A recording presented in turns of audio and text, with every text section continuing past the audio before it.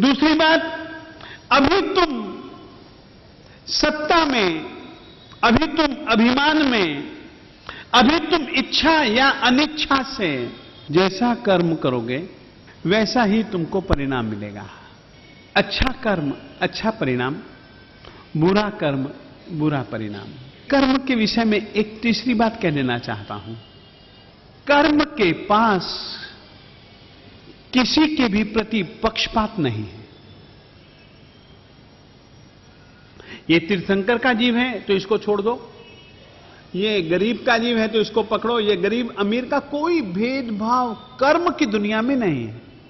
फिर से कह देना चाहता हूं, कर्म की दुनिया में कर्म ने आज तक कभी भी किसी से भी पक्षपात नहीं किया है।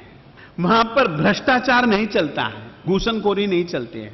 तो ये कर्म के विषय में ये सच्चाई जानकर के ही कर्म करना, एक कर्म के विषय में एक चौथी सच्चाई, कर्म का परिणाम तीव्र मिलेगा या मंद मिलेगा, तीव्रतर मिलेगा या मंदतर मिलेगा, तीव्रतम मिलेगा या मंदतम मिलेगा, इसकी भूमिका में, ऐसी भूमिका में तुम्हारे अध्यवसाय ज्यादा काम करते हैं।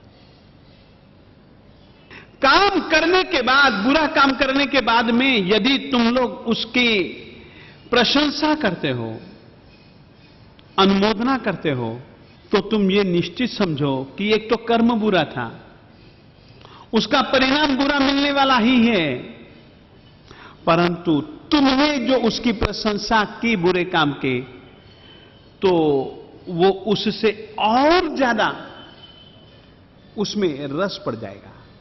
अच्छा काम किया, और अच्छा काम करने के बाद यदि तुमने उस काम की प्रशंसा की, उस काम को अच्छा समझा, उस काम को करने का एक आनंद लूटा, तो उसमें अच्छा काम तो मीठा था ही, प्रशंसा करने से, खुशियां मनाने से उसमें क्या हुआ, और रस तीव्र हो गया। रस को मंद करना है या तीव्र करना है। एक आदमी ने बहुत बड़ा अपराध किया, अपराध करने के बाद में पकड़ा गया, न्यायाधीश के सामने उपस्थित किया गया, और उपस्थित करने के बाद में न्यायाधीश ने उसको उसके अपराध की सजा दी। वह सही ढंग से कारागार में रहता है, सही आचरण करता है, न्यायाधीश के सामने एक दूसरी अर्जी लगाता है।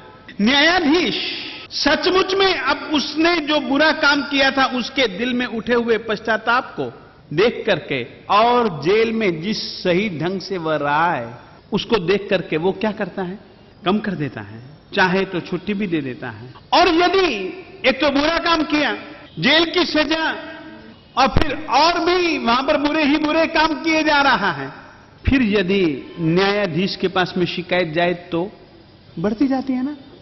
बस बुरे काम यदि हो जाए, प्रतिक्रमण, ये सब प्रायश्चित है, पश्चाताप है, आलोचना है, तपस्या, कायोत्सर्ग, सेवा इत्यादि बहुत सारे ढंगों से जब अपराधी गुरु के पास में जाकर के पश्चाताप इत्यादि करता है, तब गुरु उसको प्रायश्चित देता है।